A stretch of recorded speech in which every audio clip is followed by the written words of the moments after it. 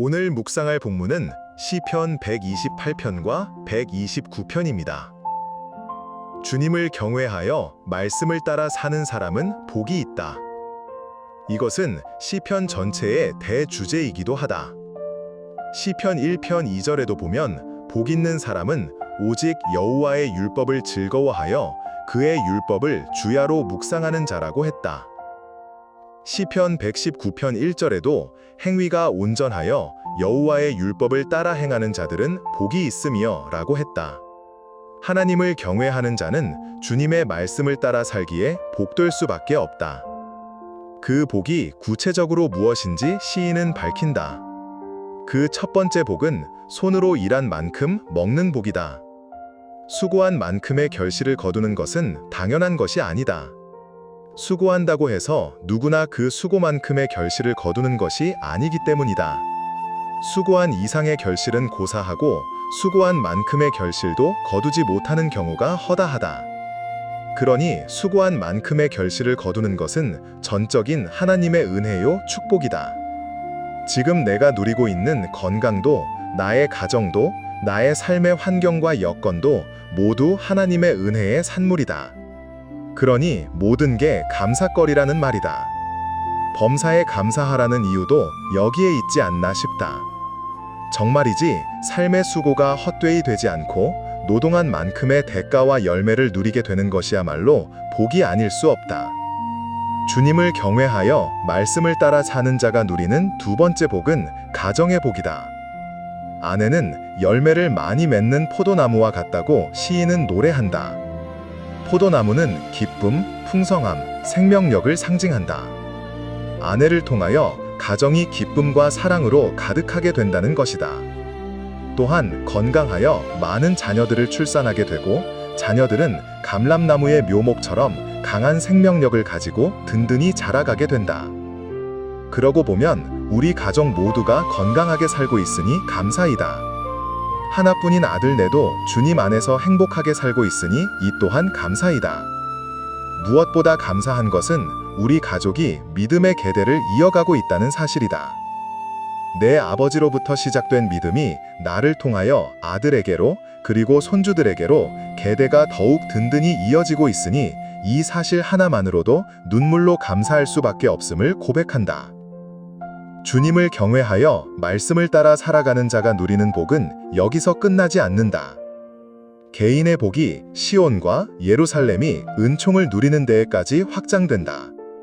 하나님을 경외하는 한 사람으로 말미암아 그가 속한 모든 공동체가 더불어 하나님의 은총을 누리게 되는 것을 보여준다. 한마디로 말해서 아브라함처럼 복의 근원, 즉 복덩어리의 인생을 사는 것이다. 나도 이러한 복덩어리 인생으로 살아가게 하실 것이라 믿는다. 나를 통하여 하나님의 복이 흘러가는 통로로서의 인생을 살고 싶다.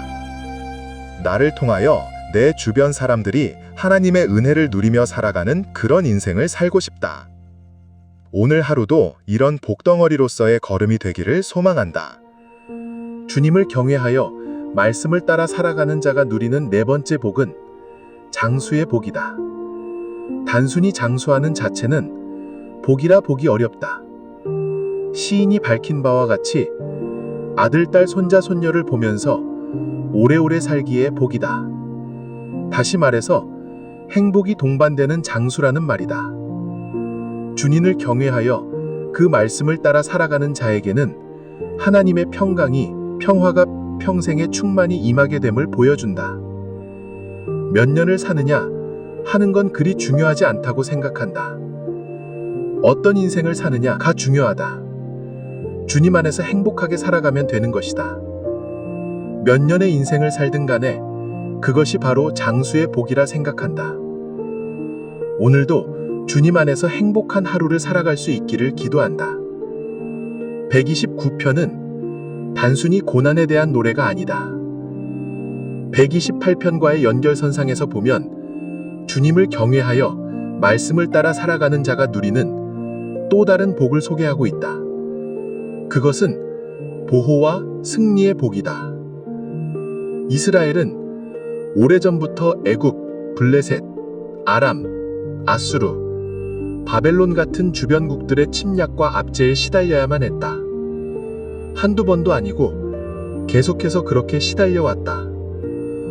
농부가 밭을 갈아엎듯 원수들은 이스라엘의 등을 갈아 거기에 고랑을 낼 정도로 잔인한 박해를 해왔다. 하지만 그들은 결코 이스라엘을 이기지 못하였다. 왜냐하면 의로우신 주님이 악인의 사슬을 끊어 구원해 주셨기 때문이다. 이는 믿음의 백성에게는 수많은 고난이 있겠지만 궁극적으로 견디고 이겨낼 수 있게 해주시겠다는 약속의 다름 아니다.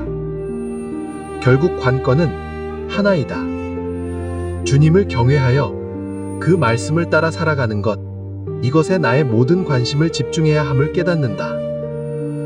내가 주님을 경외하여 말씀의 원리대로 살고자 할 때 이러한 복들을 누리며 살게 해주실 것이라 믿어 의심치 않는다. 하지만 하나님을 경외한다고 수도 없이 말은 하면서도 과연 얼마나 경외하며 살고 있는지 자성하게 된다. 하나님을 진실로 경외하는 자는 하나님의 말씀을 붙들고 살지 않을 수 없다. 말씀을 늘 가까이 하고 말씀에 순복하는 여부는 하나님에 대한 경외와 밀접한 연관이 있다.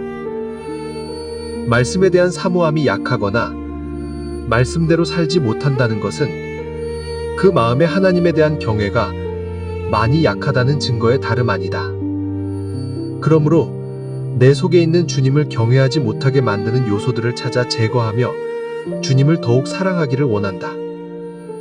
시인처럼 주님 오시는 그날까지 지침이 없이 주님을 경외하며 말씀을 따라 살아가는 복된 삶의 걸음을 해나갈 수 있도록 주님이 도우시기를 위하여 기도하게 되는 아침이다.